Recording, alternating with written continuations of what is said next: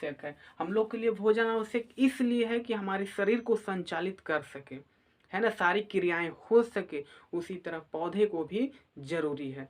तो आते हैं प्रकाश संश्लेषण के बारे में जान लेते हैं थोड़ी सी। प्रकाश संश्लेषण, प्रकाश संश्लेषण है, वास्तव में प्रकाश संश्लेषण के लिए क्या क्या चीज आवश्यकता होती है, उसकी कच्ची पदार्थ के रूप में क्या क्या लेती है, उसके बारे में देखते हैं। तो प्रकाश संश्लेषण के लिए सबसे पहले कच्चे पदार्थ के रूप में हम लोग यूज करते हैं तो कार्बन डाइऑक्साइड को, CO2 का यूज करते हैं, और जल को, क्लोरोफिल को, और सूर्य के प्रकाश को। क्या? कार्बन डाइऑक्साइड, जल, क्लोरोफिल और सूरज के प्रकाश। अब बात रहा कार्बन डाइऑक्साइड, तो कार्बन डाइऑक्साइड जो है वो पेड़ ऑब्जर्व करती है, पेड़ की पत्तियां ऑब्जर्व करती है, वो अपनी ओर खींचती है। तो क्या चाहिए CO2 के लिए? सबसे पहले तो चाहिए उसको कि पेड़ के पौधे जो होते हैं वो दो तरह से लेते हैं, एक तो स्थलीय पौधे होते हैं और एक जलीय पौधे होते हैं। तो स्थलीय पौधे होते हैं वह वायुमंडल से प्रकाश, है ना, जिस तरह से प्रकाश मिलता है उसी तरह से उन लोग वायुमंडल से ही CO2 ग्रहण करती है।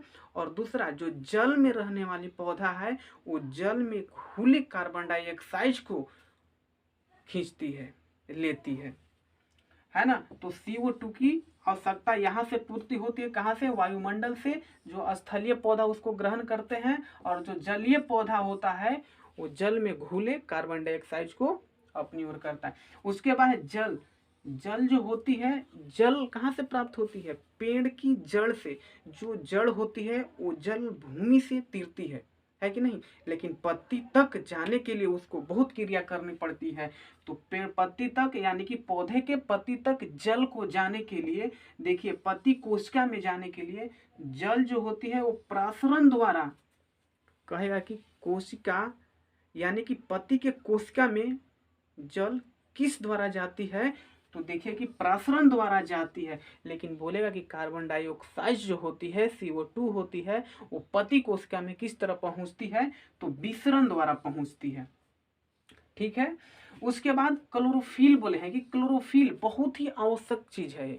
जैसे कि क्लोरोफिल जो हम लोग के हरित लवक में पढ़े हैं कि हरित लवक रसोईया घर है पादपों का, उसी तरह तो क्लोरोफिल, तो क्लोरोफिल देखिएगा तो ये हरे रंग का होता है। जैसे कि अगर इस तरह से है लवक, लवक में हरित लवक, और हरित लवक के अंदर ही क्लोरोफिल की मात्रा होती है। कहता है क्लोरोफिल पत्तियों का वास्तव में वर्णक होता है। वर्णक कहने का मतलब ये रंग होता है।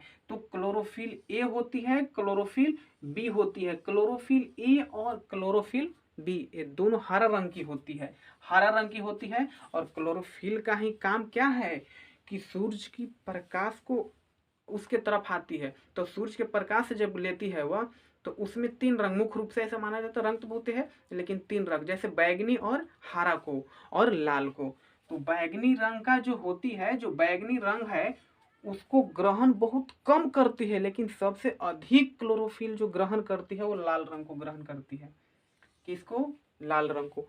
बोलेगा क्लोरोफिल सबसे ज्यादा किस रंग को ग्रहण करती है? तो लाल को, और सबसे कम तो बैगनी को ग्रहण करती है। उसके बाद क्लोरोफिल के अंतर्गत ही कैरोटीन आती है। उसके बाद कैरोटीन का ही ऑक्सीजन की मात्रा अधिक हो जाती है तो जैथोफिल हो जाती है। तो ये चारों क्लोरोफिल के अंतर्गत ही आती है। क्लोरोफिल हरा रंग का होता है, जैसे पत्तियों का रंग हरा क्लोरोफिल के कारण, लेकिन पत्तियों का रंग पीला कैरोटीन के कारण, है ना। तो ये होती है। अब एक बात और देखिएगा क्लोरोफिल में कि मुख्य रूप से कि प्रकाश संश्लेषण का जो केंद्र होता है वो क्लोरोफिल ही होता है। दूसरा, एक क्लोरोफिल के जो केंद्र में मैग्नीशियम उपस्थित होती है। क्या होती है? मैग्नीशियम। कहाँ पे? क्लोरोफिल की, क्लोरोफिल जो होता है तो क्लोरोफिल की किसमें? केंद्रक में मैग्नीशियम उपस्थित होता है।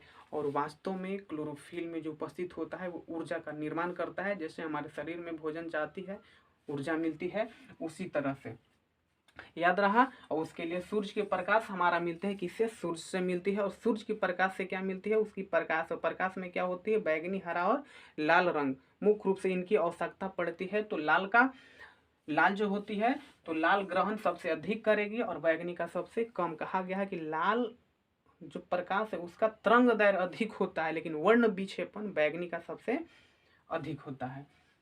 चलिए उसके बाद आते हैं, कुछ और पॉइंट्स हम लोग को पढ़ना है। जैसे कि हम लोग को बताया गया है कि 6 CO2 और प्लस 12H2O ये दोनों जब मिल करके क्लोरोफिल और प्रकाश एक साथ रिएक्शन कराती है तो हमारे plus C6H12O6 plus 6H2O plus 6O2 का निर्माण होता है। कहने का मतलब है कि कार्बन डाइऑक्साइड और जल की अभिक्रिया कराते हैं एक साथ, उसमें कहाँ पे, क्लोरोफिल में, और क्या उस पर देते हैं, प्रकाश को देते हैं, सनलाइट उस पर जाती है तो चेंज हो जाती है किस रूप में, तो कार्बन डाइऑक्साइड जो होते हैं CO2 है, इसका क्या हो जाती है, अपचयन, कार्बन डाइऑक्साइड को अपचयन होकर के ग्लूकोज का निर्माण कर देती है। ग्लूकोज मतलब C6H12O6 वास्तव में कार्बोहाइड्रेट का निर्माण होता है और ग्लूकोज के रूप में संचित रहता है वही कार्बोहाइड्रेट। तो कहेगा कि CO2 से किसका, ग्लूकोज का निर्माण हो जाता है, और जल से, जो जल है ये जो 12H2O है तो जल का अपघटन या अपचयन होकर के किसमें, ऑक्सीजन के रूप में आ जाती है। ठीक है, तो बोलेगा कार्बन डाइऑक्साइड से ग्लूकोज, लेकिन जल से ऑक्सीजन। कोई दिक्कत यहाँ तक?